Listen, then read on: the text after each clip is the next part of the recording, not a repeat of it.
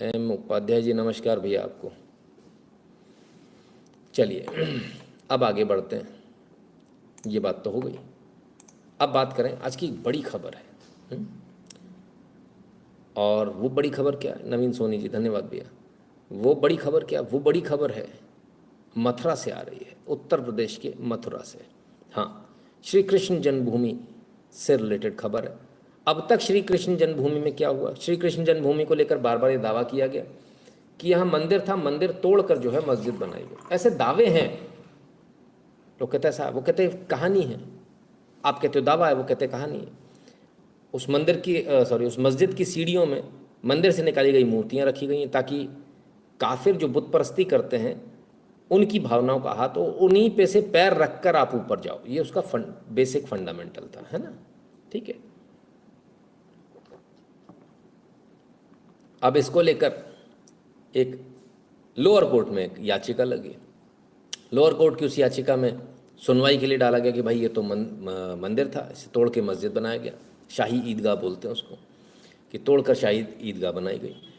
सब अपने अपने पक्ष रखेंगे, लेकिन जैसे ही कोर्ट में गया मुस्लिम पक्ष ने इसका जमकर विरोध किया। जमकर विरोध इसलिए किया, बोले सुनवाई होनी ही नहीं है क्योंकि इस पर तो पहले से ही एग्रीमेंट हो रखा है। अब एग्रीमेंट कैसे हो रखा है जरा समझ लीजिए। पूर्व की सरकारों में, जब कांग्रेस, सपावादी, समाजवादी पार्टी, इन सब की सरकारें हुआ करती थी, तब पैसे का लालच देकर, दबाव में, जैसे भी करके एक एग्रीमेंट बनवा लिया गया मंदिर के जो लोग थे उनसे, और उनसे साइन करा लिया गया कि भाई ये हमने आपको जगह दे दी, हम इस पर कभी कोई विवाद नहीं करेंगे। ये एक एग्रीमेंट हुआ, खुद से छोड़ दी जगह। क्यों, क्या, किस लिए, कोई सवाल नहीं। ठीक है, बात खत्म हो जाती है। तो जब छोड़ दी तो फिर उस पर दावा किस बात का? यही तो वो भी कह रहे हैं।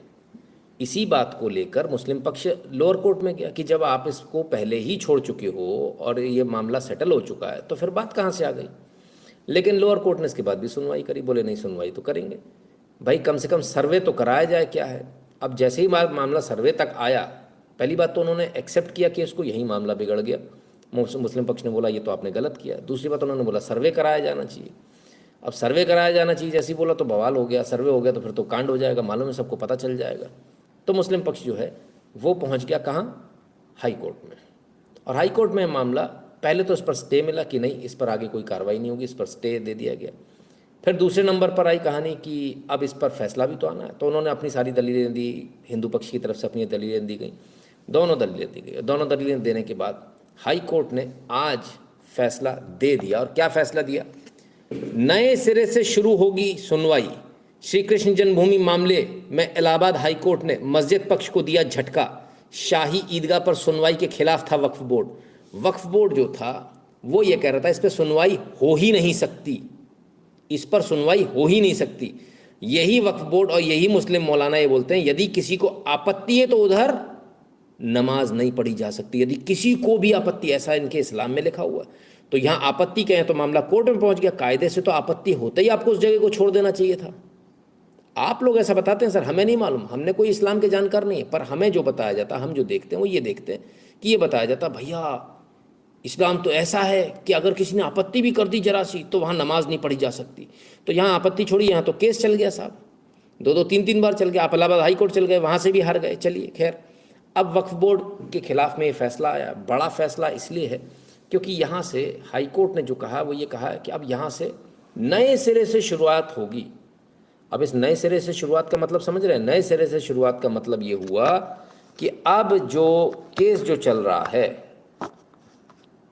केस जो चल रहा है, अभी जो चल रहा था, उसमें सब कुछ नए सिरे से शुरू हो जाएगा। यानी अब तक तो यही था कि केस डिस्क्वालीफाई कीजिए, ये केस चलने योग्य ही नहीं है, मेंटेनेबल नहीं है। लेकिन अब तो मामला दूसरा हो गया।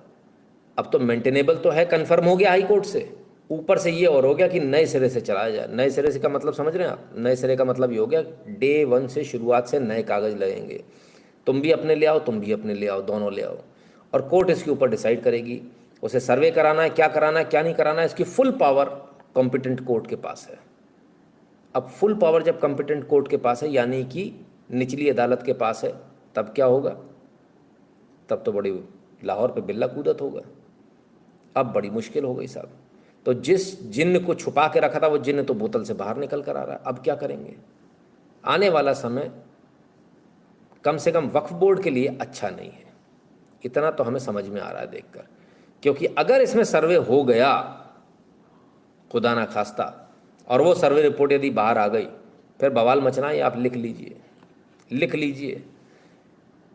जबकि इसमें इतनी बड़ी बात हो चुकी है, हिंदू पक्ष के द्वारा इस बात को स्पष्ट रूप से एफिडेविट पर कहा गया अदालत के अंदर कि मूर्तियों सीढ़ियों को तोड़कर देखा जाए, और यदि उसमें मूर्तियां निकलती हैं तब फिर बात ही खत्म हो जाती है। उसका तोड़ने का खर्चा, उसको नया बना कर देने का खर्चा, दोनों ही खर्चा हिंदू पक्ष देने को तैयार है। लेकिन साहब मूर्ति नहीं नहीं, सीढ़ियों पे थोड़ी मस्जिद है, क्या दिक्कत है? अगर हिंदू पक्ष को ये प्रॉब्लम है, यदि किसी को आप पर शक है आपने चोरी करी, तो आप क्या करोगे? मेरी तलाशी ले लो। पर यहाँ पहली बार ऐसा देखने को हर जगह, चाहे ज्ञानवापी मस्जिद हो, चाहे रामलला का मंदिर हो, वहाँ पर भी नहीं नहीं नहीं, खुदाई नहीं करो, हम तलाशी नहीं देंगे। सर चोर को ही तो डर लगता है तलाशी से, क्या दिक्कत है? और जब आपको मालूम है मस्जिद तोड़ कर बनाई गई थी, तो ये तो शर्म की बात है। शर्मिंदा होकर वापस कर देनी चाहिए जगह, बनस्पत दादागिरी करने के। नहीं लगता ऐसा? ये तो शर्मिंदगी की बात है कि आपके पूर्वज, जिनको आप ऐसा मानते हो कि वो आपके पूर्वज थे, अगर तो आपके पूर्वजों ने मंदिर तोड़ा है, तो बहुत शर्म की बात है। इससे ज़्यादा तो शर्मिंदगी हो ही नहीं सकती किसी और चीज़ में। तो आपको तो शर्मिंदा होकर वापस करना चाहिए, माफ़ी मांगनी चाहिए। राम मंदिर में भी निर्णय आ गया, कुछ लोग कह रहे थे ऐसा होगा, ऐसा तो हो नहीं सकता, वो ऐसा निर्णय आ गया, साहब तोड़ के बनाया था, किसी ने माफ़ी मांगी? बनस्पत ये और कह रहे हैं दोबारा मंदिर तोड़ देंगे। तो ये सर बड़ी एक अजीब सी बात है, बड़ा मतलब बड़ी ही बेहूदगी की बात है, यूँ कहें तो गलत नहीं होगा, है ना। प्रमोद कुमार जी, मेरी दादी ने बोला कि चोरी छुपे देखने वालों के लिए गरुड़ पुराण में एक पूरा डिपार्टमेंट है। अरे बाप रे, ऐसा क्या? प्रमोद कुमार जी सही है फिर तो, दादी ने कहा तो एकदम सही कहा है। मी एंड माय वाइफ ज्योति की तरफ से आपको सादर नमस्ते। नमस्ते मनीष शर्मा जी, बहुत बहुत नमस्ते आपको। हंसराज कांजी जी, बहुत बहुत धन्यवाद भैया।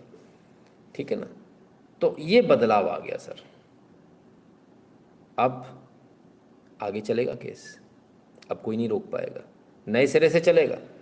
आपको क्या लगता है चल पाएगा? अरे छोड़ो, मामला अभी कल सुप्रीम कोर्ट जाता है, देखो तो सही, कल ही पहुंचेगा सुप्रीम कोर्ट। स्टे लगाओ जज साहब, मिलॉर्ड स्टे भी लगा देंगे। कोई बड़ी बात है नहीं है कि मिलॉर्ड बोल दें कि नहीं नहीं ये तो मामला ही गड़बड़ है, हटाओ, खारिज, आप इसको दोबारा नहीं खोल सकते मामले को। ऐसा भी हो सकता है। आपने इतने नायाब नायाब लोग बैठाए हैं ऊपर, ऐसे बेहतरीन बेहतरीन लोग बैठाए, एक से बढ़कर एक, इसमें कोई दूसरा क्या करे? हाँ ठीक है ना।